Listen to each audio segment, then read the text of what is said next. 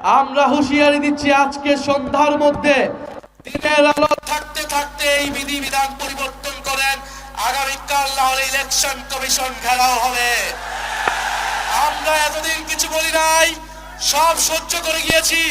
ইলেকশনের দ্বার প্রান্তে এসে, ইলেকশনের প্রাক্কালে এসে এই ধরনের ভোট কারচুপি, মিডিয়াকে ব্ল্যাক আউট করে দেওয়া হবে, মানুষের কণ্ঠস্বর, মানুষের তথ্য অধিকারকে রোধ করে দেওয়া হবে। এই ধরনের কোন আইন করা হলে সেই আইন মেনে নেওয়া হবে না ইনশাআল্লাহ।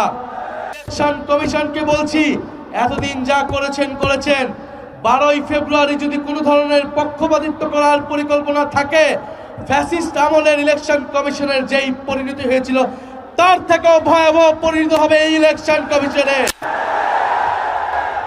আমরা প্রশাসনের ভাইদেরকে বলছি, পুলিশ সেনাবাহিনী ভাইদেরকে বলছি, আমলাদেরকে বলছি, আপনারা আমাদের ভাই, আপনারা এই দেশের মেধাবী সন্তান, আপনাদের উপর দেশের আদালত গুরু দায়িত্ব আপনারা পালন করবেন। আগামী 12ই ফেব্রুয়ারি আমরা সামনের দিকে আগাতে চাই, ফ্যাসিস্ট আমল থেকে আমরা সামনের দিকে আগাতে চাই। আমরা আশা করব আপনারা দেশের গুরুত্বপূর্ণ এই দায়িত্ব নিরপেক্ষভাবে পালন করবেন, বাংলাদেশের জনগণের অধিকার রক্ষা করবেন, গণতন্ত্রকে নিশ্চিত করবেন। মনে রাখবেন, গণ অভ্যুত্থানের হাজারো শহীদের, হাজারো মানুষের রক্তের উপরে দিয়ে এই নির্বাচন হচ্ছে। এর সাথে বিশ্বাসঘাতকতা করলে বাংলাদেশের মানুষ আপনাদের কোনোদিন ক্ষমা করবে না, করবে না, করবে না।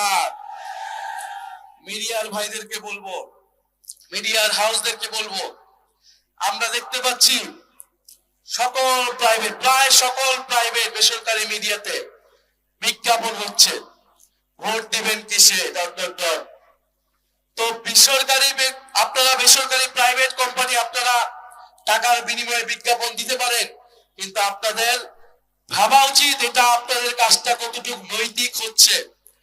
বিজ্ঞাপন লাগলে আমরাও দিব, আমাদের বিজ্ঞাপন তো আপনারা নিচ্ছেন না। কত টাকা লাগে? আপনারা বিজ্ঞাপন দিচ্ছেন, মার্কা প্রচার করছেন, আপনারা অন্য জোটের মার্কা প্রচার করছেন না। এটা তো ফেয়ার হচ্ছে না। বিগত 16 বছর এই আনফেয়ারনেস বাংলাদেশের মিডিয়াগুলো দেখিয়েছে। বাংলাদেশের বেশিরভাগ মিডিয়া ফ্যাসিবাদের দালালি করে, ফ্যাসিবাদের পক্ষে, গণহত্যার পক্ষে, নির্বাচন ভোটাধিকার হরণের পক্ষে বৈধতা উৎপাদন করে গিয়েছিল।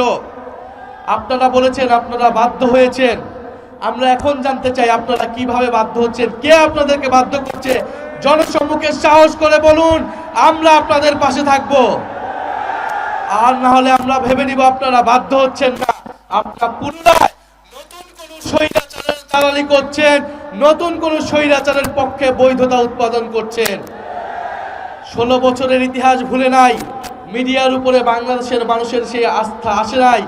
আবারও যদি এই একই কাজ করেন আপনারা, 12ই ফেব্রুয়ারি কিন্তু বাংলাদেশের জনগণ সেইটার এই দালাল মিডিয়াদের বিপক্ষে ইনশাল্লাহ রায় দিবে। আমরা বেশি কথা বলবো না, বাংলাদেশের মানুষ সবকিছুই দেখছে। 12ই ফেব্রুয়ারি মোহাম্মদপুরবাসী প্রস্তুত থাকেন। ফজর ওয়াক্তে এসে যারা ফরজ নামাজের খোঁজ থাকে না, তাহাজ্জুদের নামাজ পড়ে তারা ভোট কেন্দ্রে আসতে চায়, তাদের পরিকল্পনা কি বাংলাদেশের মানুষ জানে? আমরা ইনশাল্লাহ থাকবো, ভোট কেন্দ্রে থাকবো। ভোট কেন্দ্র যদি দখলের চেষ্টা করা হয়, ইনশাল্লাহ শক্ত হাতে, লাঠি হাতে তরুণ সমাজ প্রতিহত করতে হবে 12ই ফেব্রুয়ারি।